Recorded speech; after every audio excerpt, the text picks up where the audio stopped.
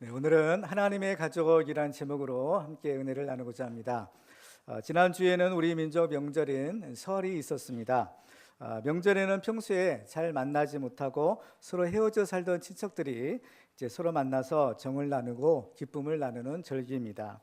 근데 기쁘기만 해야 될 명절인데 현실을 보면 반드시 그런 것만은 또 아닌 것 같습니다.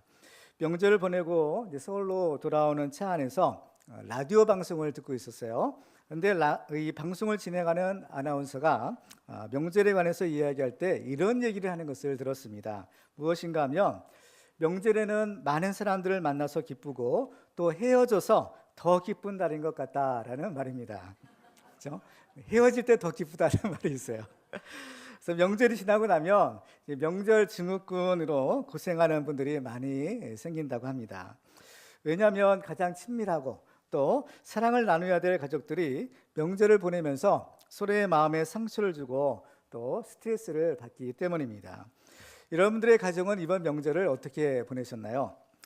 최근 우리 사회는 급격한 산업화의 단계를 거쳐서 이제 핵가족화가 이루어졌고 여기에서 더 나아가서 이제 가족의 해체와 또 극단적인 개인주의의 시대로 가고 있습니다.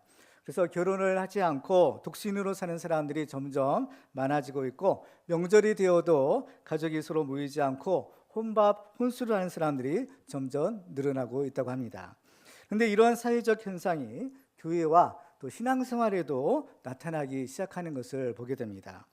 구약시대의 이스라엘의 교회의 모습과 또 신약시대의 초대교회의 모습을 보면 바로 철저하게 공동체의 신앙생활을 했다라는 것을 알게 됩니다. 그런데 최근에 들어서는 신앙생활도 철저하게 개인주의로 또 이기적인 모습으로 바뀌어가고 있는 그런 안타까운 현실을 보게 됩니다. 저는 이번 명절을 보내면서 과연 가족이라는 것이 무엇인지, 특히 성경적인 가족으로서 교회는 과연 어떤 모습이 되어야 되는지에 대해서 생각해 볼 기회를 가졌습니다. 오늘 말씀을 통해서 우리의 가정과 교회는 성경적인 공동체가 되어서 하나님의 가족으로서의 천국의 축복을 다 누리시기를 주님의 이름으로 축원합니다. 자, 그러면 우리의 가정과 교회가 성경적인 공동체가 되기 위해서는 과연 어떻게 해야 될까요? 첫 번째로는 하나님이 맺으신 축복의 공동체가 되어야 합니다. 하나님께서 천국의 모형으로서 제정하신 두 개의 공동체가 있는데 하나는 가정이고 또 하나는 교회입니다.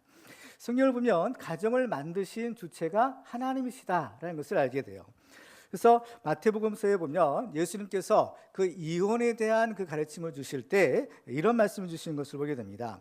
마태복음 19장 4절에 보시면요, 예수께서 대답하여 이르시되 사람을 지으시니가 본래 그들을 남자와 여자로 지으시고 말씀하시기를 그러므로 사람이 그 부모를 떠나서 아내에게 합하여 그 둘이 한 몸이 될지니라 하신 것을 읽지 못하였느냐. 그런즉 이제 둘이 아니요 한 몸이니 그러므로 하나님이 짝지어 주신 것을 사람이 나누지 못할지니라 라고 말씀합니다. 하나님이 짝지어 주셨다라고 했어요. 그러니까 이 가정은 하나님이 만들어 주신 것이다 라는 것을 알게 됩니다. 그래서 이 가정은 바로 우리 가족 구성원들 간에 가장 순수한 사랑을 서로 주고 받을 수 있는 곳입니다. 그래서 가족들 사이에는 아무리 내 것을 주고 또 주어도 아깝지가 않은 것이죠. 그래서 진짜 가족인지 아닌지를 알 수 있는 기준이 있는데요, 그것은 어떤 사람에게 내 것을 주는 거예요. 근데 내 것을 주는데 아깝지가 않으면 그 사람은 가족이라는 거예요. 근데 좀 아까운 마음이 들면 그 사람은 아직 가족이 아니라고 합니다. 그래서 우리가 예수님을 믿을 때 우리는 믿음으로 거듭난 하나님의 자녀가 되는데요, 이 하나님의 자녀가 되는 거, 이 믿음의 축복이야말로 정말 하나님께서 우리에게 주시는 최고의 축복입니다. 왜냐하면 우리가 예수를 믿을 때 우리는 하나님의 자녀로 거듭나서 하나님을 우리의 아버지라고 부를 수 있기 때문인 것입니다. 하나님이 우리의 아버지가 되시면 무슨 일이 일어나느냐? 하나님의 모든 것이 바로 우리의 것이 되는 거예요. 그래서 마태복음 7장에 보면 예수님께서 말씀합니다. 구하라 그리하면 너에게 주실 것이요, 찾으라 그리하면 찾아낼 것이고 문을 두드리라 그러면 너에게 열릴 것이다 라고 말씀합니다. 그러면서 너희 중에 누가 아들이 떡을 달라 하는데 돌을 주며 또 생선을 달라 하는데 뱀을 줄 사람이 있겠느냐라고 말씀합니다. 너희가 악한 자라도 좋은 것으로 자식에게 줄 줄 알거든 하물며 하늘에 계신 너희 아버지일까 보냐. 너희 아버지께서 구하는 자에게 좋은 것을 왜 주시지 않겠느냐라고 말씀하는 겁니다. 그렇습니다. 정말 하나님이 우리의 아버지가 되신다는 것, 이것이 정말 너무나 큰 축복이 아닐 수가 없는 겁니다. 우리가 이 세상에 살아갈 때에 정말 어려운 일들을 많이 겪을 수 있어요. 저라고 해서 왜 낙심되는 일이 없겠습니까? 그런데 정말 우리가 낙심되고 실망스러운 일들이 많이 일어날 때마다 정말 기도하는 거죠. 하나님 앞에 엎드려 기도하면 하나님께서 무슨 마음을 주시냐면, 하나님의 내 아버지가 되시고 하나님께서 내가 너와 함께 하는데 왜 그렇게 낙심하느냐, 뭐 이렇게 걱정하느냐, 이런 생각을 막 주시는 거예요. 그래서 이런 생각이 들 때 정말 이 어려운 순간에도 이 생각이 딱 드니까 용기가 생기는 겁니다. 그래서 이 생각 붙들고, 이게 믿음일지도 모르겠어요, 이거 듣고 다시 일어나는 겁니다. 그렇죠? 그러니까 정말 하나님께서 우리에게 원하시는 삶이 있죠. 그렇죠? 항상 기뻐하라, 시전하고 기도하라, 범사에 감사하라, 이는 그리스도 예수 안에서 너희를 향한 하나님의 뜻이라고 했어요. 그런데 우리가 어떻게 이렇게 기뻐하고 감사하며 살 수 있을까요? 그 비결이 바로 기도하는 데 있는 겁니다. 기도하면 하나님께서 바로 우리에게 이러한 믿음을 주시는 거예요. 그렇죠? 내가 너의 아버지가 되는데 왜 걱정하느냐, 뭘 두려워하느냐, 하나님께서 이러한 믿음을 주시는 거예요. 그렇기 때문에 우리가 이 믿음을 가지고 기뻐할 수 있고 감사할 수 있는 겁니다. 범사에 감사하라. 우리가 정말 우리를 낙심케 하는 일들이 있을지라도 하나님께서는 이 모든 것을 합력하여 손을 이루게 하시니까 우리는 하나님을 믿고, 하나님을 믿는 이 믿음으로 우리가 낙심하지 말고 다시 일어나야 되겠다. 바로 이러한 하나님의 은혜를 주시는 것을 보게 됩니다. 그렇기 때문에 정말 우리들은요, 하나님이 우리 아버지가 되신다는 사실에 대해서 감사드리고 또 우리가 기도해야 될 줄로 믿습니다. 여러분들은 하나님을 누구라고 부르시나요? 아버지예요. 예수님은 하나님을 아빠, 아버지라고 부르셨어요. 그렇죠? 우리들도 하나님 주신 은혜가 뭐냐, 예수님은 우리에게 주신 은혜가 뭐냐, 그 하나님을 아빠, 아버지로 부르고 하나님께 기도할 수 있는 특권을 주셨다는 겁니다. 예수님은 내 이름으로 하나님께 기도하라 말씀하시는 거죠. 그렇죠? 그러니까 우리는 기도할 때마다 하나님 주시는 이 은혜를 힘입고 다시 일어날 수 있는 겁니다. 그렇죠? 그렇기 때문에 우리들은 하나님을 아버지라 부르며 기도하는 자리에 나아가는 우리 모두가 되기를 주님의 이름으로 축원합니다. 그래서 이 가정도 하나님이 주시는 은혜요, 또 이 교회도 하나님이 주시는 은혜인 겁니다. 그래서 이 예수님은 이 교회의 머리가 되시고 교회는 그 그리스도의 몸을 이룬다고 하잖아요. 그리고 또 우리 성도들은 그 몸을 이루는 지체가 되는 겁니다. 그래서 이 교회의 머리가 예수님이 되시는 거예요. 이 교회의 주인이 예수님이 되시는 겁니다. 그래서 우리들은 그 예수님 계속해서 이렇게 하나님을 섬기는 신앙생활을 하고 이 세상에서도 하나님 나라의 천국의 삶을 실제를 누리며 살 수가 있는 것입니다. 이렇게 하나님이 제정하신 가정과 교회가 우리들이 주신 하나님의 이 축복인데, 근데 이 가정과 교회의 공통된 특징이 있어요. 그건 무엇인가 하면 복수의 사람들로 이루어진 신앙의 공동체다라는 사실인 겁니다. 그래서 하나님께서 가정을 만드실 때 보면요, 사람이 혼자 사는 것이 좋지 않다라고 하세요. 그래서 바로 아담의 갈비뼈로 또 하와를 만드시고 결혼을 시키시는 겁니다. 그래서 이 복수의 신앙의 공동체, 이것이 하나님 주시는 큰 축복의 비결이다라는 것을 알게 돼요. 그래서 시편 기자는 이 신앙 공동체의 축복에 대해서 시편 133편에서 이렇게 노래하는 것을 보게 됩니다. 같이 한번 읽어볼까요? 시작. 보라, 형제가 연합하여 동거함이 어찌 그리 선하고 아름다운고, 머리에 있는 보배로운 기름이 수염 곧 아론의 수염에 흘러서 그의 옷깃까지 내림 같고, 헐머니 이슬이 시온의 산들에 내림 같도다. 거기서 여호와께서 복을 명령하신다니 곧 영생이로다. 아멘. 그래서 이 하나님이 원하시는 이 성경적인 가정과 교회 안에서 우리는 가장 행복한 삶을 살 수가 있는 것입니다. 그래서 그 하나님이 이 세우신 이 가정이와 이 교회 공동체 안에 있는 것이 축복인 거예요. 근데 이 공동체에서 바깥으로 떠나가는 것은 그냥 이 축복의 반대가 되는 겁니다.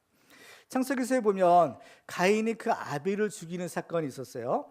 그때 그 가인이 하나님께 이 벌을 받는데, 그 벌의 내용이 뭐냐면은 창세기 4장 12절을 보시면, 내가 밭을 갈아도 땅이 다시는 그 유력을 내게 주지 아니할 것이요 너는 땅에서 피하여 유리하는 자가 되리라 라고 말합니다.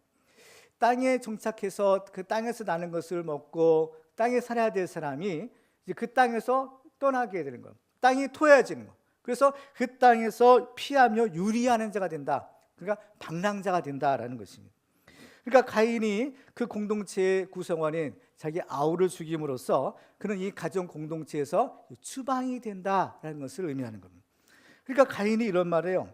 창세기 4장 13절을 보면 가인이 여호와께 이르되 네 죄벌이 채기가 너무 무거우니이다. 주께서 오늘 이 지면에서 나를 쫓아내시온즉 내가 주의 낯을 배웁지 못하리니 내가 땅에서 피하며 유리하는 자가 될지라 물은 나를 만나는 자마다 나를 죽이겠나이다. 바로 그 하나님이 함께 하시는 공동체 안에 있는 사람들은 하나님의 보호하심과 하나님의 축복을 받으면서 살게 돼요. 근데 사람이 하나님의 축복을 받지 못하면 그야말로 곤고한 삶을 살게 되는 겁니다.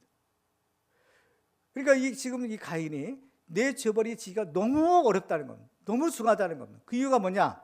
내가 주의 낯을 배웁지 못한다는 겁니다. 주의 낯을 배웁지 못한다는 것은 이 하나님이 계시는 공동체, 바로 여기가 이제 천국인데 이것이 천국이에요. 하나님 나라인데 여기서 쫓겨난다는 거예요. 그 공동체 안에 있을 수 없다는 겁니다. 그러니까 결국 천국에 들어가지 못하는 그러한 결과를 가져온다라는 것이죠. 작년 통계청 자료에 의하면 우리나라 1인 가구의 비율이 28.6%에 해당된다고 합니다. 그리고 독거노인들의 숫자가 140만 5천 명 정도가 있다고 해요. 이에 따라서 이제 고독사로 죽으시는 분들도 숫자가 매년 2,000명 정도에 해당한다고 합니다. 고독사라는 것은 혼자 살다가 그냥 돌아가시는 건데 그러다 보니까 돌아가셨는지 아닌지도 모르는 거예요. 그래가지고 그 죽은 시체가 여러 날 동안 이제 방치되는 그러한 결과가 생기는 겁니다. 그래서 최근에는 이 고독사 현장을 전문으로 청소하는 직업이 생겼는데요. 그것이 바로 특수청소업체라는 그런 새로운 직업군이 생겼다고 합니다. 이처럼 혼자서 사는 것은 힘이 있고 건강할 때에는 할 수 있을 것 같지만 결국에는 이러한 쓸쓸한 죽음을 맞이하게 될 수가 있는 것입니다. 그렇기 때문에 우리의 가정과 이 교회는 하나님이 주시는 이 축복인 거예요. 우리는 이 안에 있을 때 비로소 하나님 주시는 천국의 축복을 누리고 행복한 삶을 살 수가 있는 것입니다. 그래서 이 교회는요, 정말 하나님의 가족이 되는 거예요. 육신으로는 혼자일 수 있어요. 육신으로는 혼자서 살 수밖에 없지만 주님 주신 축복이 뭐냐? 예수를 믿을 때 우리는 하나님의 가족의 일원이 되어서, 그죠? 하나님의 가족의 일원이 되어서 우리의 영적인 가족을 이룰 수 있다라는 사실인 겁니다. 형제 자매를 주를 위해서 버린 자마다 바로 100배의 축복을 주신다라고 하셨는데 그 100배의 축복이 바로 교회 공동체의 가족의 축복인 것입니다. 그래서 우리는 예수를 믿을 때 확실한 변화를 우리가 경험하게 되는데 그것이 뭐냐면은 우리 교회 공동체의 일원이 된다라는 것입니다. 우리가 예수를 믿지 않을 때에는 교회와는 상관이 없는 그야말로 외인이었어요. 이방인이었어요. 근데 우리가 예수를 믿음으로써 우리는 이 교회 안에 들어와서 이 신앙 공동체의 일원이 될 수 있는 겁니다. 그렇죠? 이것은 우리가 이제 하나님의 가족이 된다라는 것을 의미하는 겁니다. 근데 우리가 예수를 믿으면 우리가 그 즉시로 뿅 하고 순간 이동해서 하나님 나라 천국에 가는 것이 아니라 하나님이 부르실 때까지는 여전히 이 세상에서 살아야 됩니다. 그래서 하나님께서는 바로 우리들에게 이제 하나님의 가정인 교회를 세워주신 거예요. 그래서 우리의 육신의 가정이 바로 부모와 자녀로 이루어진 혈연 공동체라면 이 교회는 하나님의 자녀가 된 성도들이 하나님을 섬기는 믿음의 공동체가 되는 것입니다. 그래서 이 교회는 하나님의 집이요 또 하나님의 가족들의 모임이 되는 거예요. 그래서 우리가 처음 예수님을 믿고 예수님을 내 인생의 주님으로 영접하는 것은 주님과 나와의 인격적인 만남과 결단으로 이루어지는 겁니다. 그런데 일단 우리가 예수를 믿게 되면 우리는 이제 하나님의 자녀가 되는 거예요. 그러면 자녀들은 그 부모와 같이 살아야 되는 것이 일반적인 가정의 모습인 것처럼 이제 우리는 하나님의 자녀가 되었기에 하나님이 계시는 또 하나님을 모시는 바로 이 가족 공동체, 바로 신앙의 공동체 안에서 신앙생활을 해야 되는 겁니다. 하나님께서 우리를 즉시로 천국으로 데려가지 않고 이 일상에서 있는 교회를 통해 하나님을 섬기는 삶을 허락하신 그 이유가 있어요. 그게 두 가지로 우리가 찾아볼 수 있는데 첫 번째로는 전도하기 위해서인 겁니다. 우리는 이미 예수님을 믿고 구원받은 하나님의 자녀가 되었죠. 그래서 우리는 지금 죽어도 하나님 나라 천국에 갈 수가 있는 것입니다. 근데 이 세상에는 아직 예수님을 모르고 또 천국과 지옥이 있다는 것조차 모르는 사람들이 아주 많이 있는 겁니다. 그래서 먼저 믿는 우리들은 바로 그들에게 복음을 전해야 될 사명이 있어요. 그래서 이 복음을 전해서 그들도 예수 믿고 구원받을 수 있도록 해야 되는 겁니다. 물론 믿고 안 믿고는 바로 각자 자기들의 책임이에요. 그렇지만 적어도 이 복음을 전해서 예수를 믿을 기회는 우리가 줘야 되는 겁니다. 그래서 이 교회와 먼저 구원받은 우리 성도들은 바로 이 사명을 우리가 감당해야 되는 겁니다. 그리고 또 한 가지 하나님께서 우리를 교회로 부르시는 목적이 있는데, 그것은 바로 우리의 신앙의 훈련을 위해서인 겁니다. 우리는 예수를 믿고 거듭난 하나님의 자녀가 되었지만 아직 구원의 완성에까지는 이르지 못해요. 우리가 예수를 믿고 거듭난 하나님의 자녀가 되었을 때 하나님께서 우리에게 구원의 보장을 해주십니다. 우리가 이렇게 예수를 계속 신앙생활을 하면 우리는 반드시 하나님 나라 천국에 들어갈 것이다, 하나님 보장해 주시는 거예요. 그런데 이 구원은 지금 이미 시작이 되었지만 아직 완성까지는 아닌 겁니다. 그래서 완성은 언제 완성이 돼요? 하나님 나라에 들어갈 때 완성이 되는 거예요. 그렇기 때문에 우리는 이미 시작된 이 구원과 이 믿음을 이제요 잘 지켜야 되는 거예요. 근데 이 믿음을 지키고 신앙생활 한다는 것이 보통 어려운 것이 아닌 겁니다. 그렇기 때문에 우리는 이 교회 안에 있을 때 그래서 우리의 믿음이 자랄 수 있고, 또 우리들은 이 안에서 신앙생활 할 때 점점 예수님을 닮아가는 바로 그 믿음의 성장과 성숙을 이룰 수가 있는 것입니다. 그래서 처음 예수를 믿는 우리 성도들의 모습을 비유할 때 마치 보석의 원석이라고 비유할 수 있어요. 그래서 우리가 예수를 믿으면 우리 질적으로 거듭난 하나님의 자녀가 됩니다. 그러니까 하나님 보실 때는 가장 귀한 보석과 같은 존재예요. 근데 이 보석은 아직 다듬어지지 않는 원석 같은 겁니다. 그렇기 때문에 보석이 보석으로서의 가치를 발휘하려면 그 숙련된 장인의 손에 의해서 다듬어지고 가공이 돼야 되는 겁니다. 그럴 때 그 가치가 훨씬 더 높아지는 것처럼 바로 우리들도 이제 그 하나님의 손에 의해서 정말 보석과 같은 존재로 새로 다듬어지고 만들어져야 됩니다. 그 보석이 뭐냐? 바로 예수님인 겁니다. 최고의 보석, 하나님 보실 때 최고의 가장 귀한 보석이 예수님인 거예요. 그래서 우리들도 바로 그 예수님처럼 되는 거, 우리들도 바로 그 예수님을 닮아가는 거, 바로 이것이 최고의 축복인데, 그것이 어디에서 이루어지느냐? 바로 이 교회 공동체의 신앙생활을 할 때 이루어지는 것입니다. 물론 우리가 예수님을 믿는다고 해서 우리가 즉시로 우리가 완전히 성화된 그 예수님을 완전히 닮는 그런 모습으로 되면 참 좋겠는데 그렇지가 않아요. 그래서 신앙생활도요 어떤 믿음의 단계가 있다고 합니다. 그래서 처음 우리가 예수를 믿고 거듭났을 때는 마치 어린아이와 같은 신앙의 단계라고 했잖아요. 근데 이 어린아이와 같은 우리 믿음이 자라야 된다는 겁니다. 그래서 신앙의 성장과 성숙을 거쳐 점점 자라나 예수 그리스도의 그 장성한 분량에까지 자라가야 된다는 거죠. 그리고 또 우리들의 가운데는 이미 예수를 믿었지만 여전히 옛사람에 속한 그러한 부분들이 있어요. 부족한 부분들. 그래서 이러한 우리의 모난 부분들이요, 이것이 다듬어져야 되는 겁니다. 그래서 이런 서로 모나고 부족한 사람들끼리 이렇게 모이게 되면 서로 부딪히게 되는 거죠. 그래서 서로 이제 부딪히고 또 깨지다 보면 이 나중에는 둥글해지고 매끄러운 돌멩이가 되는 것처럼 서로 다르고 부족한 사람들끼리 모여서 이 교회 공동체 생활을 하면 우리의 모난 성격과 이런 부족한 부분들이 깨지고 다듬어져서 결국에는 예수 그리스도의 온전한 형상에 이룰 수 있게 되는 것입니다. 그래서 이 땅에 있는 교회들은요 완벽한 교회가 없어요. 왜냐? 우리 교회는 완벽한 교회를 지향하지만 현실적으로 완벽한 교회는 있을 수 없다라는 거예요. 왜냐? 바로 이 교회를 구성하고 있는 우리들이 완벽하지 못하기 때문인 겁니다. 우리들은 예수를 믿고 구원 받았지만 여전히 변화되어야 될 부분들이 너무나 많이 있는 것이죠. 그렇기 때문에 이런 부족한 사람들이 모인 공동체가 교회이기 때문에 이 교회도 결코 완전한 교회가 될 수는 없다는 겁니다. 그렇지만 완전하지 못하지만 여기에 소망이 있는 겁니다. 바로 이 교회를 통해서만이 바로 우리가 구원받고 또 예수님을 닮아가는 그런 신앙생활을 할 수가 있는 것이죠. 그렇기 때문에 비록 우리의 교회가 부족한 부분들이 있고 정말 어찌 우리가 볼 때에 연약한 부분이 있다 할지라도 우리가 그런 부분들을요 정죄하거나 또 이런 교회에 내가 다녀야 되냐 이런 생각을 하면 안 되는 겁니다. 그래서 우리에게 이미 주신 우리의 가정 또 이 교회야말로 하나님이 주시는 가장 큰 축복의 공동체다라는 것을 알고 바로 감사하게 생각하고 또 이 교회를 통해서 열심히 신앙생활을 하는 것입니다. 그러다 보면 어느 순간에 바로 우리가 하나님 나라에 들어가 있고 또 우리는 예수님을 닮은 그러한 믿음의 단계에 이를 줄 믿습니다. 그래서 우리의 교회와 가정마다 하나님께서 다스리시는 그러한 천국의 공동체가 다 이루어지시기를 주님의 이름으로 축원합니다. 두 번째로 우리의 가정과 교회가 성령적인 공동체가 되기 위해서는요, 믿음으로 맺어진 언약의 공동체가 되어야 합니다.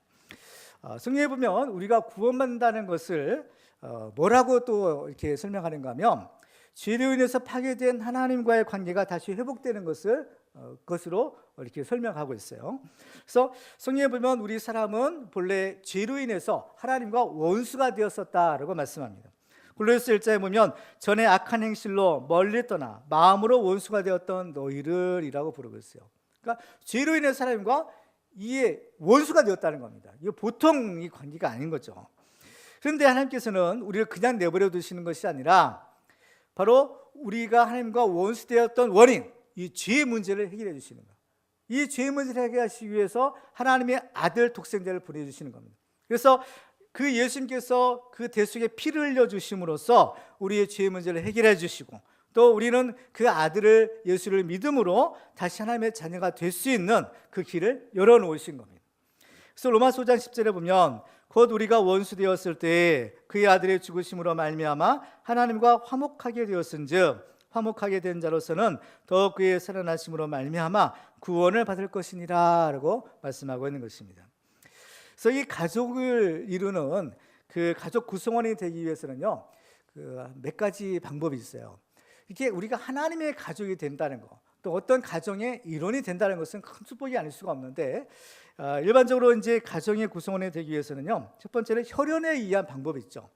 이것은 부모와 자식의 관계처럼 바로 출생에 의해서 가족 구성원이 되는 거예요. 그렇죠? 부모님이 결혼해서 자녀를 낳으면 그 자녀는 자연히 그 가족의 구성원이 되는 거죠. 일반적인 이런 방법이에요. 또 한 가지 방법은 언약에 의해서 가족 구성원이 되는 거예요. 이것은 이제 결혼하는 남자와 여자, 남편과 아내의 관계를 보면 알 수 있어요. 그래서 서로 남남으로 지내던 남자와 여자가 이제 결혼을 하죠. 결혼식을 하는데 이 결혼 서약을 통해서 이제 부부가 되는 겁니다. 그래서 부모와 자식 간의 그 촌수를 따지면 그 1촌이라고 하잖아요. 근데 부부 간의 관계는 몇 촌인가요? 무촌. 무촌이에요, 영촌. 그럼 이건 별로 남남이겠구나. 그렇죠? 근데 그래서 서로 이제 모를 때는 남남이에요. 그런데 문제는 우리가 이 결혼을 통해서 이 결혼 서약을 통해서 우리가 결혼하게 되면 이제는 둘이 아니라 뭐라고 했어요? 한 몸이라는 거예요. 이게 둘도 아니고 하나라는 겁니다. 그래서 이 무촌인 거예요.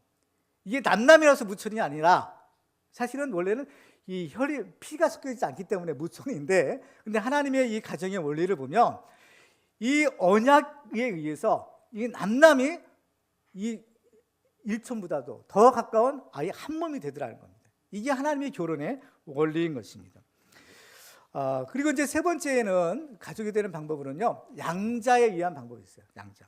그러니까 자기 자식이 아닌데 어떤 사람을 자기의 아들이나 딸이나 이렇게 양자 삼는 경우가 있잖아요. 그래서 양자에 의해서도 가족 구성원이 될 수 있는 겁니다. 그런데 이렇게 가족이 되는 이런 방법은요, 우리가 영적으로 하나님의 자녀가 되는 것에 우리가 이걸 적용시켜 볼 수 있는 거예요. 우리가 예수를 믿고 하나님의 자녀가 되는데 과연 우리가 하나님의 자녀가 된다는 것이 무엇이냐?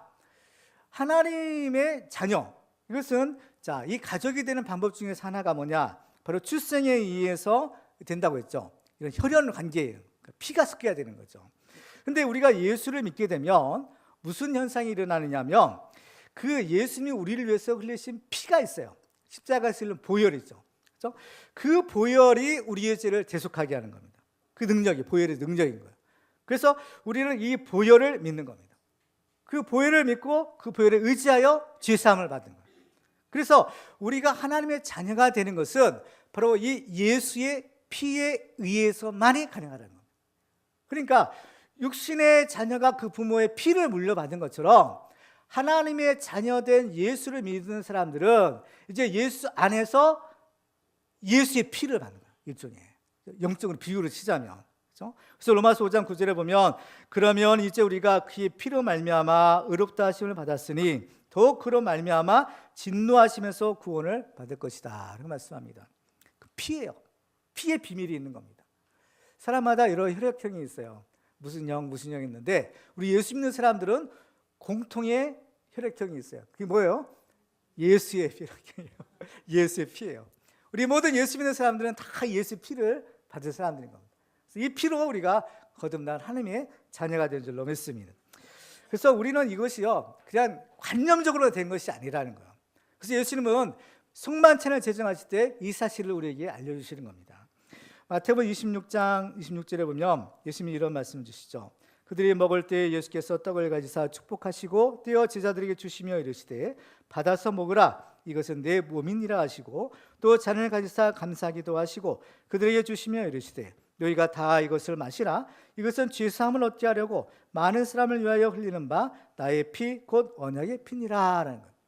우리가 성만찬을 할 때 보면 어때요? 떡과 포도주를 먹고 마시죠. 그런데 이것이 뭐라고 했어요? 예수님이 내 몸이고 살 또 내 피라는 겁니다. 그러니까 우리는 물론 떡과 포도주를 마시는 의미가 뭐냐? 예수의 살과 피를 먹고 마시는, 그래서 예수님과 하나가 되는 의미예요. 그리고 또 그 성만찬을 나누는 우리 성도들이 바로 같은 예수의 살과 피를 먹고 마시는 그런 예수의 안에서 한 형제다라는 것을 의미하는 겁니다. 그러니까 육신의 자녀들이 형제들이만 이 형제가 아니라 우리는 그 예수 피로 말미암아 우리 신앙의 공동체, 우리 예수를 믿는 사람들이 진짜 형제 자매, 예수 안에서의 참 하나님 나라의 자녀로서의 형제 자매다라는 것을 우리에게 가르쳐 주는 겁니다. 그렇기 때문에 우리가 교회 안에서 신앙생활하는 우리 성도들의 관계가 남이 아니라 그렇죠? 형제 자매, 하나님의 가족이다, 이 사실을 우리가 알아야 되는 겁니다. 그리고 또 가족이 되는 또 한 가지 방법이 언약에 의해서 된다고 했는데요. 사실 구약 시대에도 보면 하나님과 이스라엘 백성들의 그 관계가 무엇에 이루어졌느냐? 언약에 이루어졌어요. 그래서 이스라엘이 하나님 나라의 백성이 되는데 그 결정적인 사건이 무엇인가 하면 시내산 언약을 통해서 그들이 하나님의 백성이 된 것입니다. 그래서 시내산 언약을 통해 그들은 하나님의 백성으로서의 이런 새로운 출발을 하게 된 것이죠. 그다음에 이 하나님과 맺은 언약은요 너무나 엄중한 것이었어요. 그래서 쌍방 당사자들은 이 언약을 반드시 지켜야만 했는데, 그래서 이 하나님과 언약을 체결할 때 그 언약 체결의 방법으로 피 있는 제사를 드린 겁니다. 그냥 단순히 말로만 한 것이 아니라 제사를 드려요. 그 언약식인 거예요. 일종의 세레모니인데 그 제사가 피를 가지고 드리는 제사였던 겁니다. 이게 뭐냐? 이 언약은 반드시 지켜야 된다는 거예요. 목숨 걸고 지켜야 된다는 겁니다. 그래서 이 언약을 지키지 않으면 이 흘린 피, 그죠? 이 피를 흘리는 것처럼 이 언약이 엄중하다는 겁니다. 그래서 이 하나님과 맺은 언약이 피 있는 제사의 언약이었던 것이에요. 그죠? 그래서 모세의 율법을 어긴 사람들이 죽임을 당하는 겁니다. 그죠? 이건 자기 생명 걸고 목숨 걸고 지킨다고 한 언약을 어겼기 때문인 거죠. 이것은 신약 시대에도요 마찬가지 원리인 겁니다. 우리는 물론 믿음으로 구원받고 믿음으로 우리가 거듭나지만 사실 우리가 믿음으로 믿는다, 예수를 믿는다는 것이 뭐냐면은 예수의 피를 담보로 하여서 하나님과 언약을 맺는다는 것을 의미하는 겁니다. 이 계약의 의미로 보면은 이렇게 되는 거예요. 그래서 우리는 예수를 믿을 때 단순히 믿습니다 이게 아니에요. 하나님은 우리가 이 믿음으로 구원받은 우리는 거듭난 하나님의 자녀가 되게 하시는데, 그래서 하나님께서는 이 언약식에, 이 거룩한 언약에 예수의 피를 주시는 겁니다. 구약 시대에는 짐승을 잡아서 그 피로 드렸는데 신약 시대에는요 짐승의 피가 아니라 하나님의 아들의 피예요. 하나님의 아들의 피로 우리와 언약을 맺으시는 겁니다. 그래서 우리가 그 예수를 믿으면 우리를 거듭난 하나님의 자녀가 되고 하나님의 나라 천국에 반드시 들여보낸다. 이것이 하나님의 약속인 거예요. 예수의 피로 맺은 약속인 겁니다. 그러니 하나님이 이 약속을 지키시겠어요? 안 지키겠어요? 반드시 지키시는 겁니다. 그렇죠? 그 때문에 우리는 이 약속을, 이 언약을 절대로 배신하면 안 된다라는 거죠. 성경에 보면 이 세상에 태어난 사람들 가운데 제일로 저주받은 사람이 나오는데 그 사람이 누구냐면 가룟 유다예요. 왜냐하면 이 가룟 유다는 예수님의 사랑과 그 신뢰를 배신했기 때문인 겁니다. 그래서 히브리서 10장 26절에 보면 우리가 진리를 아는 지식을 받은 후 짐짓 죄를 범한 즉 다시 속죄하는 제사가 없고 오직 무서운 마음으로 심판을 기다리는 것과 대적하는 자를 태울 맹렬한 불만 있으리라. 모세의 법을 폐한 자도 두세 증인으로 말미암아 불쌍히 여김을 받지 못하고 죽었거든. 하물며 하나님의 아들을 짓밟고 자기를 거룩하게 한 언약의 피를 부정한 것으로 여기고 은혜의 성령을 욕되게 하는 자가 당연히 받을 형벌은 얼마나 더 무겁겠느냐 너희는 생각하라 라고 했어요. 그때 우리들은요 절대로 이 믿음을 배신하면 안 되는 겁니다. 끝까지 우리는 하나님 나라 갈 때까지 이 언약의 믿음을 반드시 지키는 우리 모두가 되기를 바랍니다. 가족이 되는 세 번째 방법은 양자 이해하는 것이라고 했는데요, 우리가 예수를 믿으면 하나님의 자녀가 됩니다. 그런데 이 하나님의 자녀가 된다는 것이 무슨 의미냐? 하나님께서 우리를 하나님의 양자로 삼아주신다는 것을 의미하는 거예요. 로마서 8장 14절에 보시면 무릇 하나님의 영으로 인도함을 받는 사람은 곧 하나님의 아들이라. 너희는 다시 무수하는 종의 영을 받지 아니하고 양자의 영을 받았으므로 우리가 아빠 아버지라고 부르짖느니라. 성령이 친히 우리의 영과 더불어 우리가 하나님의 자녀인 것을 증언하시나니 자녀이면 또한 상속자 곧 하나님의 상속자요 그리스도와 함께한 상속자니 우리가 그와 함께 영광을 받기 위하여 고난도 함께 받아야 할 것이니라 라고 말씀하세요. 그래서 예수님은 하나님의 독생자입니다. 유일하신 아들인데 우리가 예수를 믿게 되면 예수님을 영접하죠. 그래서 우리 안에 예수님을 모시고 또 예수님은 우리를 영접하셔서 예수 안에 또 우리가 있게 되는 겁니다. 그래서 예수님과 우리는 하나가 되는 거예요. 그렇죠? 그래서 우리는 이제 예수를 믿게 되면 예수님 안에 들어가게 되는 겁니다. 그래서 우리가 천국에 들어가는 것이 무슨 원리냐? 바로 천국에 들어갈 수 있는 유일하신 분은 예수님 한 분밖에 없어요. 죄 없는 예수 한 분밖에 없는데 우리 예수를 믿으면 우리가 예수 안에 들어가게 되는 겁니다. 그러면 하나님은요 그 예수님만 보시는 거예요.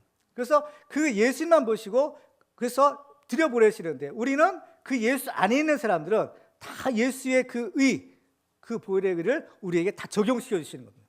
그래서 하나님의 아들을 믿는 우리를 하나님의 자녀로 삼아주시는 거예요. 이게 우리의 양자 삼아주시는 거예요. 누구 때문에요? 예수님 때문인 거예요. 그래서 우리가 예수님을 믿어야 된다라는 겁니다. 그래서 우리가 예수 믿어야만 구원받는다는 것이 여기에서 생기는 거예요. 그래서 우리는 예수 안에 있을 때 하나님께서 그 예수를 보시고 우리를 하나님의 자녀로 양자 삼아주시는 은혜를 기대는 겁니다. 그런데 이 세 가지 방법에 공통점이 있어요. 그 뭐냐? 다 믿음을 전제로 한다라는 겁니다. 그렇죠?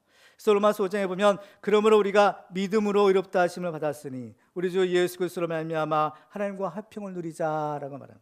갈라디아서 3장에도 보면 너희가 다 믿음으로 말미암아 그리스도 예수 안에서 하나님의 아들이 되었다라고 말씀하는 것입니다. 그래서 우리들은 바로 이 믿음의 언약을 지키는 자가 되어야 된다라고 말씀하는 거예요. 하나님은요 신실하신 분이세요. 뭐냐? 언약을 반드시 지키신다는 겁니다.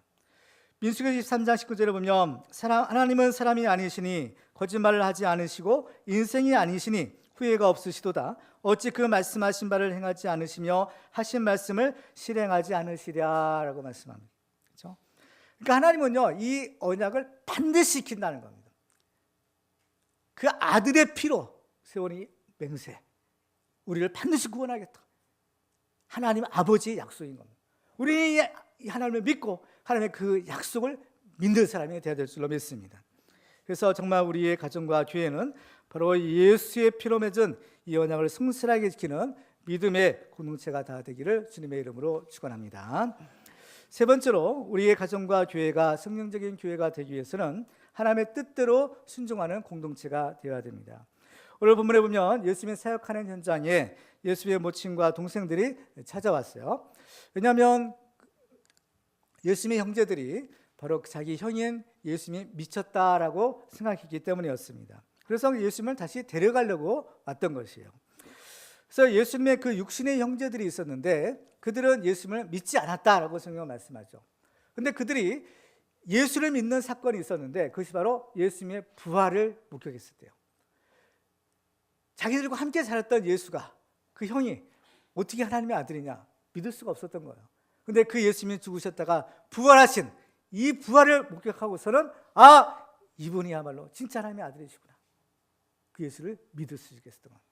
그렇죠? 근데 그 당시만 해도 믿지 못했던 거예요. 그러니까 어떤 사람들이 이제 그 예수님의 모친과 그 형제들이 찾아온 것을 보고 예수님께 그 사실을 알리는 겁니다. 보소서 당신의 어머니와 동생들이 당신을 밖에서 찾고 있습니다. 그러니까 예수님이 뭐라고 하셨어요? 오늘 보면 33절로 35절 말씀을 같이 읽겠습니다. 시작. 대답하시되 누가 내 어머니며 동생들이냐 하시고 둘러앉은 자들을 보시며 이르시되 내 어머니와 내 동생들을 보라. 누구든지 하나님의 뜻대로 행하는 자가 내 형제요 자매요 어머니니라. 그렇습니다. 하나님 나라의 가족이 되는 것은 바로 육신의 혈통으로 되는 것이 아니라 바로 믿음으로 되는 것이죠.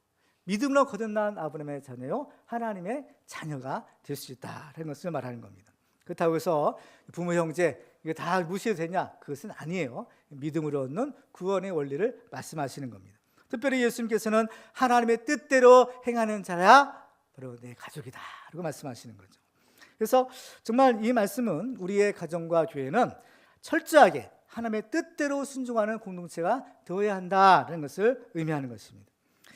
그래서 우리가 출생에 의한 것이든 아니면 어떤 약속에 의한 것이든 일단 어떤 가정의 일원이 된다라는 것은 그 가정에 속한 운명 공동체가 된다라는 것을 의미하는 겁니다. 그렇죠? 한 가족 식구들은요 같은 운명이에요. 그렇죠? 그 때문에 가난한 집에서 태어난 자녀가 아무리 재벌가의 자녀가 되고 싶다 해도 될 수가 없는 겁니다. 그렇죠? 그래서 이것은 우리가 이 교회에서 신앙생활하는 것과 비슷한 원리예요. 우리가 예수를 믿을 때 우리는 어느 한 지역의 교회를 선택해서 그 교회에서 신앙생활을 하게 됩니다. 사실 우리들이 가까운 곳에 이 교회가 있다는 것은 하나님의 주신 큰 축복이 아닐 수가 없는 것입니다. 사람마다 태어난 어떤 기질이 있어요. 그리고 다 성질이 조금씩은 다른 겁니다. 그 사람께서는 어떻게 하면 우리가 신앙생활을 잘할 수 있을까? 그래서 하나님께서 우리에게 이 교회를 주실 때 하나만 주신 것이 아니라 다양한 교회들을 주신 겁니다. 그래서 지금 우리나라에도 보면 여러 교단과 교파의 교회들이 있잖아요. 우리 교회는 선결교, 또 장로교도 있고 감리교도 있고 뭐 침례교도 있고 여러 교단들이 있는 겁니다. 그러한 교단들은요 다 예수를 믿는 것은 똑같아요. 가장 진리는 똑같아요. 그런데 약간씩의 성격이 조금씩 달라요. 강조하는 것들이 달라요. 우리 선결교회는 성결한 삶을 강조해서 선결교회인 겁니다. 예수 믿었으면 성결한 삶을 살아야 된다. 이걸 강조하는 교회가 선결교회인 겁니다. 그렇죠? 삶을 강조하는 거죠. 성결한 삶. 그러니까 여러 가지 교단마다의 약간의 어떤 차이점은 있지만 그것은 중요한 건 아니에요. 결정적인 차이점이 아니라 어떻게 하면 하나님을 잘 믿을 것인가에 약간의 어떤 차이점인 겁니다. 그게 다양성인 겁니다. 하나님이 세상을 창조하실 때 보면 종류도 한 종류만 만든 것이 아니잖아요. 그러면 집에서 애완견을 기르시는데 고양이나 개도 보면 종류가 한 종류만 있는 것이 아니잖아요. 여러 종류가 있는 것처럼 하나님은 정말 풍성하신 분이에요. 다양하신 분이에요. 그래서 우리들도 어떻게 하면 하나님을 잘 섬길 수 있을 것인가, 그러기 위해서 우리에게 주시는 교회들이 있는 겁니다. 그래서 이 교회는 하나님이 주시는 엄청난 축복인데, 그런데 문제는 우리는 어떤 한 교회를 이제 선택해서 우리가 신앙생활을 하게 되는 거죠. 그런데 여기 한 가지 주의점이 있어요. 뭐냐? 우리는 교회를 선택할 수 있다는 겁니다. 그래서 정말 우리의 마음에 맞는, 내가 신앙생활 잘 할 수 있는 한 교회를 선택해서 신앙생활을 하는데, 일단은 한 교회를 우리가 정하고 그것을 신앙생활을 하면 웬만해서는 교회를 옮기지 않는 것이 좋다는 겁니다. 그 교회가 정말 이단에 빠져서 잘못된 가르침을 전한다든지 정말 피치 못할 사정으로 아주 먼 곳에 이사가서 정말 그 교회를 다니기가 너무 어려운 경우에는 어쩔 수 없어요. 그렇지만 그렇지 않은 이유로 그냥 쉽게 교회를 옮기는 것은 결코 바람직스럽지 않고 또 성경적이지도 않다라는 겁니다. 왜냐하면 우리가 섬기는 교회는요, 우리가 선택하는 것 같지만 사실은 이것도 하나님이 정해 주신 것이기 때문인 겁니다. 우리는 선택해요. 그러나 이것도 하나님의 섭리 가운데 선택이 있었던 겁니다. 그러니까 이것도, 이 교회도요, 하나님이 우리에게 주신 공동체라는 거예요. 그래서 성경에 보면 우리가 이 하나님을 믿는 이 신앙생활을 하는 것을요, 마치 나무를 심는 것으로 비유하는 거예요. 그래서 시편 80편에 보면 주께서 한 포도나무를 애굽에서 가져다가 민족들을 쫓아내시고 그것을 심으셨나이다. 이스라엘 백성들을 이제 가나안 땅으로 옮겨서 그 땅을 주신 것을 포도나무를 심었다라고 비유하는 겁니다. 근데 이 나무의 운명은 어디에 달려있느냐?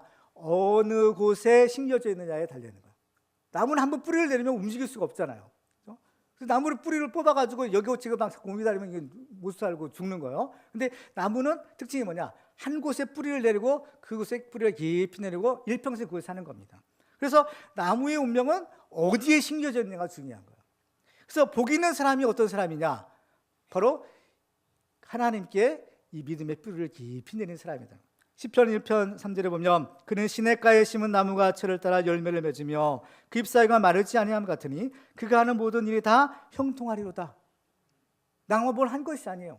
심겨진 거예요. 시냇가에 심겨진 거예요. 하나님의 축복의 동산에 심겨진 거예요.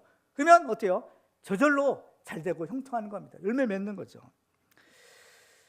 시편 92편에 보면 의인은 종려나무같이 번성하며 레바논의 백향목같이 성장하리로다. 이는 여호와의 집에 심겨졌으며 우리 하나님의 뜰 안에서 번성하리로다. 하나님의 뜰 안에, 이 교회 공동체 안에 여기서 뿌리를 내려야 된다는 겁니다. 물론 우리가 속한 이 교회 신앙의 공동체가 완벽하지는 않다고 했어요. 그렇기 때문에 때로 우리 마음에 들지 않는 것도 있고 또 정말 이곳에서 살아갈 때 신앙생활할 때 어려움을 겪을 수도 있는 겁니다. 그럼에도 불구하고 정말 그곳이 하나님의 정해 주시는 정말 그 신앙의 자리라면, 하나님의 정해 주신 우리의 신앙의 자리라면 바로 그 공동체를 떠나지 말아야 되는 겁니다.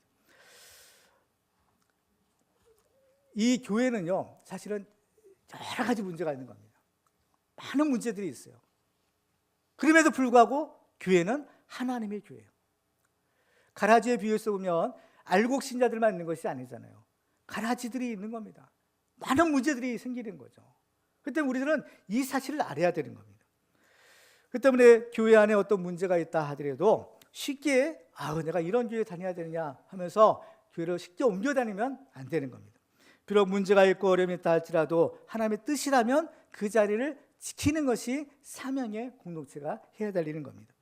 그래서 창세기서에 보면 이제 아브라함이 하나님의 부르심을 받아 이제 자기 고향 땅을 떠나 어디로 와요? 가나안 땅에 오는 겁니다. 그런데 하나님이 인도하신 가나안 땅에 흉년이 들어요. 기근이 들었다고 했어요.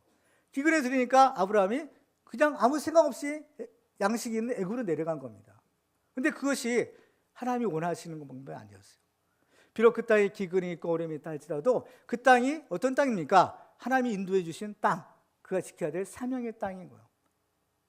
그런데 아브라함이 물어보지도 않고 그냥 홀딱 내려간 거예요. 애굽으로 내려간 결과 어떻게 됐나요? 더 큰 어려움을 당한 겁니다. 가장 소중한 자기의 아내를 빼앗길 만한 위기를 맞이했죠. 하나님의 은혜로 다시 아내를 다시 찾고 가나안 땅에 돌아와서 하나님께 제사를 드린 겁니다. 제사를 드린 겁니다. 근데 아브라함의 아들인 이삭의 때도 또 흉년이 들어요. 근데 이번에는요 좀 다른 겁니다. 이미 아브라함을 통해서 이미 교훈을 얻어요. 경험을 얻는 겁니다. 그래서 하나님이 이 이삭에게 그 땅을 떠나지 말고 머물러 있으라고 말씀하시요. 창세기 26장 2절을 보니까 여호와께서 이삭에게 나타나 이르시되 애굽으로 내려가지 말고 내가 네게 지시하는 땅에 거주하라. 이 땅에 거류하면 내가 너와 함께 있어 네게 복을 주고 내가 이 모든 땅을 너와 네 자손에게 주리라. 내가 내 아버지 아브라함에게 맹세한 것을 이루어 네 자손을 하늘의 별과 같이 번성하게 하며 이 모든 땅을 네 자손에게 주리니 네 자손으로 말미암아 천하 만민이 복을 받으리라 라고 하십니다. 이 축복이 바로 아브라함, 그 아버지 아브라함이 주신 축복의 약속인 겁니다. 그 축복의 약속을 이어받으려면 너도 그 땅을 떠나지 말고 이 땅을 지키라는 겁니다. 그럴 때 그 축복이 너에게 이루어질 것이다 라고 말씀합니다. 그래서 이삭이 어떻게 해요? 그 말씀에 순종하는 겁니다. 순종해서 그 땅에 머무를 때 놀라운 일이 일어나요. 하나님이 그에게 복을 주시는데 그 말을 감당할 수 없는 엄청난 복을 주시는 겁니다. 그래서 그 땅에 기근이 들었다고 했죠. 물이 없는 거예요. 그런데 이삭이 우물을 파니까 우물을 파는 족족 물이 나와요. 그 흉년의 때에 물이 나오는 겁니다. 그리고 또 이삭이요 농사를 지었다고 했어요. 농사 짓는 것은 이삭의 본업이 아니죠. 이삭의 본업은 목축이에요. 농사 짓는 거 전문가 아닌 겁니다. 근데 농사 지었다고 했어요. 근데 농사 지니까 몇 배의 결실을 얻어요? 100배의 결실을 얻게 됩니다. 이 하나님이 복을 주시는 확실한 증거인 겁니다. 그러니까 너무나 복을 받으니까 그 땅에 살던 블레셋 사람들이 이걸 시기할 정도로 떠나가라 할 정도로 그러한 확실한 복을 받았더라라는 것입니다. 그렇죠? 그러면 꼭 우리는 그러면 한 자리에만 머물러 있어야 되느냐? 그렇지 않은 거예요. 그래서 중요한 것은 하나님의 뜻이 중요한 겁니다. 지금 아브라함과 이삭에게는 이 땅을 떠나지 말라, 이게 하나님의 뜻이에요. 이것을 지키라는 겁니다. 어림에서 지키라는 거예요. 그 뜻대로 순종하는 것이 중요해요. 하나님의 뜻이라면 머물러 있어야 될 때가 있고, 하나님의 뜻이라면 또한 가야 할 때도 있다는 것을 성경을 통해서 우리가 확인해 볼 수 있어요. 성경에 보면 가나안 땅에 또 기근이 드는데, 그때는 이제 야곱의 때인 겁니다. 그 야곱의 때는요, 가나안 땅을 떠나 애굽으로 가라는 거예요. 그래서 야곱이 이제 애굽으로 향해서 갈 때 가나안 땅의 마지막 경계가 브엘세바인데, 그 브엘세바에서 하나님께 제사를 드려요. 왜냐? 하나님께 물어보기 위한 거예요. 꼭 가야만 할 상황인데, 정말 그 조상들 아브라함 때 있었고 이삭의 때도 경험이 있었잖아요. 함부로 떠나서는 안 되는 겁니다. 과연 이것이 하나님의 뜻이 어디 있는가? 하나님께 물어보기를 원했던 거예요. 하나님의 뜻이 어디 있는가를 발견하기를 원했던 겁니다. 그래서 가야 되겠지만 마지막으로 한 번 더 함께 물어보는 겁니다. 근데 하나님이 응답해 주시죠. 뭐라고 응답해 주시는가? 창세기 46장 3절을 보니까 하나님이 이르시되 나는 하나님이라 내 아버지의 하나님이니 애굽으로 내려가기를 두려워하지 말라. 내가 거기서 너로 큰 민족을 이루게 하리라. 내가 너와 함께 애굽으로 내려가겠고 반드시 너를 인도하여 다시 올라올 것이며 요셉의 그의 손으로 내 눈을 감기리라 하셨더라. 이번에는 하나님이요 가라는 겁니다. 전에는 가지 말라고 했어요. 근데 이번에는 가라는 겁니다. 그러니까 중요한 것은 하나님의 뜻에 순종하는 것입니다. 우리 교회도 이곳에 세워진 지가 이제 38년째가 되었어요. 정말 하나님께서 이 교회를 통해서 많은 은혜를 주셨습니다. 이 교회를 통해서 많은 사람들을 구원하시고 놀라운 하나님의 영광을 거두셨어요. 그런데 우리는 하나님의 뜻이 과연 어디에 있는지 우리는 항상 기도하며 그 뜻을 분별해야 될 필요가 있는 것입니다.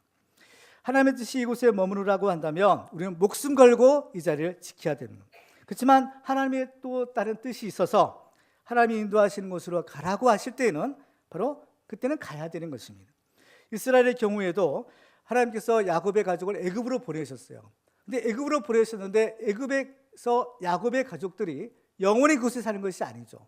4대 만에 돌아올 것이다. 하나님이 약속하셨어요. 그래서 400년이 차니까 이제 그들은 다시 가나안 땅으로 와야 되었던 겁니다. 그런데 그들은 순종하지 못해요. 그러니까 어때요? 하나님께서 고난을 통해 그들을 가라고 하시는 겁니다. 바로의 고난을 통해서 그들은 이곳이 우리가 영원히 머물 것이 아니라 우리에게는 하나님이 약속하신 그 약속의 땅, 가나안 땅이 있구나. 우리가 그것을 돌아가야 된다는 것을 기억하는 것입니다. 그렇죠? 그렇기 때문에 우리가 믿는 하나님은 전능하신 분이신 겁니다. 전능하신 하나님, 모든 걸 살릴 수 있는 분이신 거예요. 그런데 우리는 중요한 것은 하나님의 뜻에 순종하는 것이 중요한 거예요. 하나님의 뜻을 알지 못하고 그대로 순종하지 않으면 우리는 결코 형통할 수가 없다라는 것입니다. 그 때문에 정말 우리들은요 항상 끼어서 기도하며 영적 분별력을 가지고 하나님의 뜻을 분별하고 그 뜻대로 순종하는 것이 중요하다라는 것을 알게 됩니다. 그래서 우리의 가정과 교회는 오직 하나님의 뜻대로 순종함으로 형통한 축복을 받는 바로 공동체가 다 되시기를 주님의 이름으로 축원합니다. 마지막으로 우리의 가정과 교회가 성경적인 교회가 되기 위해서는, 공동체가 되기 위해서는 성령이 하나 되게 하신 것을 힘써 지키는 공동체가 되어야 합니다. 우리의 가정과 교회의 뜻은 하나가 되는 것입니다. 왜냐하면 바로 이것이 하나님의 뜻이고 또 하나가 되는 것은 오직 성령 하나님의 역사에 의해서만 가능하기 때문인 겁니다. 에베소 4장에 보면 몸이 하나요 성령도 한 분이시니 이와 같이 너희가 부르심의 한 소망 안에서 부르심을 받았느니라. 주도 한 분이시요 믿음도 하나요 세례도 하나요 하나님도 한 분이시니 그 만유의 아버지시라. 만유 위에 계시고 만유를 통일하시고 만유 가운데 계시도다라고 했어요. 하나님의 뜻이 무엇이냐? 예수 그리스도를 통해서 만물을 통일하는 것. 그래서 우리가 예수를 믿음으로 예수 안에서 주님과 하나가 되고 하나님과 하나 되는, 이것이 하나님께서 예수 그리스도에서 우리를 구원하시는 목적인 겁니다. 그렇죠? 그래서 하나가 되게 하는 거예요. 삼위일체 하나님이 세 분이시지만 하나가 되신 것처럼 바로 우리 모두가 예수 그리스도 안에서 하나가 되는 것, 이거 하나님이 원하시는 뜻인 겁니다. 그런데 성경에 보면 성령이 하나 되게 하신 것을 힘써 지키라고 했어요. 그렇죠? 평안의 매는줄로 성령이 하나 되게 하신 것을 힘써 지키라는 것, 지켜야 된다는 겁니다. 특히 힘써 지키라고 했어요. 그럼 왜 힘써 지켜야 될까요? 바로 이 하나됨을 해치는 악한 세력이 있기 때문이라는 겁니다. 그것이 바로 분열의 영인 마귀와 귀신들의 역사인 겁니다. 성령은 하나 되게 하시는 영이시지만 분열의 영인 마귀는 항상 어때요? 파괴해요. 가정도 파괴하고 교회도 분열시키고 나라도 분단시키고, 이게 바로 마귀의 영의 역사인 겁니다. 그래서 사도 바울은 우리에게 믿음의 선한 싸움을 싸우라 라고 말씀하시고, 그래서 우리가 이 믿음의 선한 싸움을 잘 싸워 승리해야만 바로 우리는 이 가정과 이 교회를 지킬 수가 있는 것입니다. 말세가 가까울수록 마귀의 역사가 더욱 극성을 부리고 있어요. 정말 이 거짓 영, 분열의 영으로 충만한 이단들의 역사가 얼마나 극성을 부리고 있는지 우리는 익히 들어서 체험할 수 있는 것입니다. 우리나라도 보면 이혼해서 가정을 깨지는 그러한 이혼율이 심각한 지경에 이르렀다고 하죠. 또 교회들도 불미스러운 일들로 인해서 하나님의 영광을 가리고 분열되는 이런 역사들이 좀 무수하게 벌어지고 있는 것입니다. 그 때문에 우리들은 늘 깨어 기도함으로써 영적 분별력을 가지고 믿음의 선한 싸움을 잘 싸워 우리의 가정과 교회를 지키는 믿음의 승리자가 다 되기를 주님의 이름으로 축원합니다. 말씀을 맺겠습니다. 우리의 가정과 교회는 하나님이 주시는 최고의 축복의 공동체입니다. 그래서 하나님께서 우리의 아버지가 되시는 우리의 가정, 또 예수님이 우리의 머리가 되신 교회는 정작 우리가 들어가야 될 하나님의 나라의 모형이기도 합니다. 그래서 예수를 믿는 우리들은 우리의 가정과 교회를 정말 성경적인 가정과 교회의 공동체로 만들어야 될 줄로 믿습니다. 그래서 하나님의 뜻대로 순종하여 성령이 하나 되게 하신 것을 힘써 지킴으로 우리의 가정과 또 교회가 천국의 모델이 되는 축복의 공동체가 다 되시기를 주님의 이름으로 축원합니다.